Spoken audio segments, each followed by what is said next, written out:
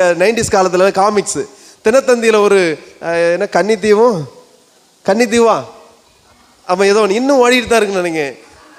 நான் தவறாமல் படிப்பேன், அடுத்த நாளைக்கு என்னது அப்படின்ட்டு. வேறு காமிக்ஸ் வரும். காமிக்ஸில் என்ன பண்ணிடுவோம் தெரியுமா, அடுத்த மாதம் அந்த புக்கை நாம் வாங்கணுங்கிறதுக்காக தொடரும்.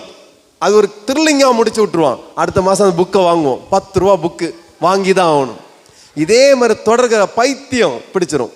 படம் நப்பில் ஒரு 3 மணி நேரத்தில் ஒரு மெசேஜ் சொல்லுவான், அந்த கதை முடிஞ்சிடும், வெளியே வந்துடலாம், நீ அடிமையாக மாட்ட.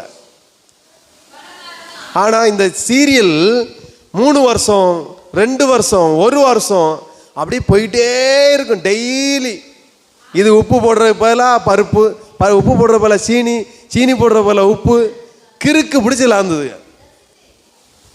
அவன் அவங்க பார்வை எப்படி தான் இருக்கும், இந்த சீரியலில் பார்த்தது மாதிரியே இந்த ஆம்பளைகளை பார்க்கறது. அப்புறம் ஆம்பளைகள் அதே மாதிரி சீரியலில் பார்க்குற மாதிரியே பார்க்கறது. இந்த பெண்கள் தான் அதில் ஹீரோவாக காட்டுவாங்க. ஆண்களுக்கு அடங்கிறதுக்கு அந்த சீரியலை சொல்லியே கொடுக்கவே மாட்டாங்க. ஆண்களுக்கு கீழ்ப்படிஞ்சிருக்கணும். ஒரு சீரியலை சொல்லி கொடுக்கட்டு பார்ப்போம்.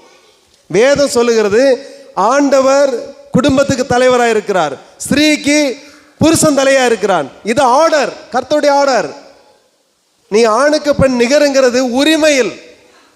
ஆனால் ஒழுக்கத்தில் ஆண்டவர் 2வது கணவர், 3வது மனைவி, அடுத்ததான் எல்லாமே. குடும்பத்துக்கு ஒரு தலைவர் தான் இருக்கணும். இப்ப தலைவலிகள் இருக்கிறது, அதுதான் தப்பு. ஹல்லேலூயா. கிறிஸ்துவுக்குள் அன்பானவர்களே,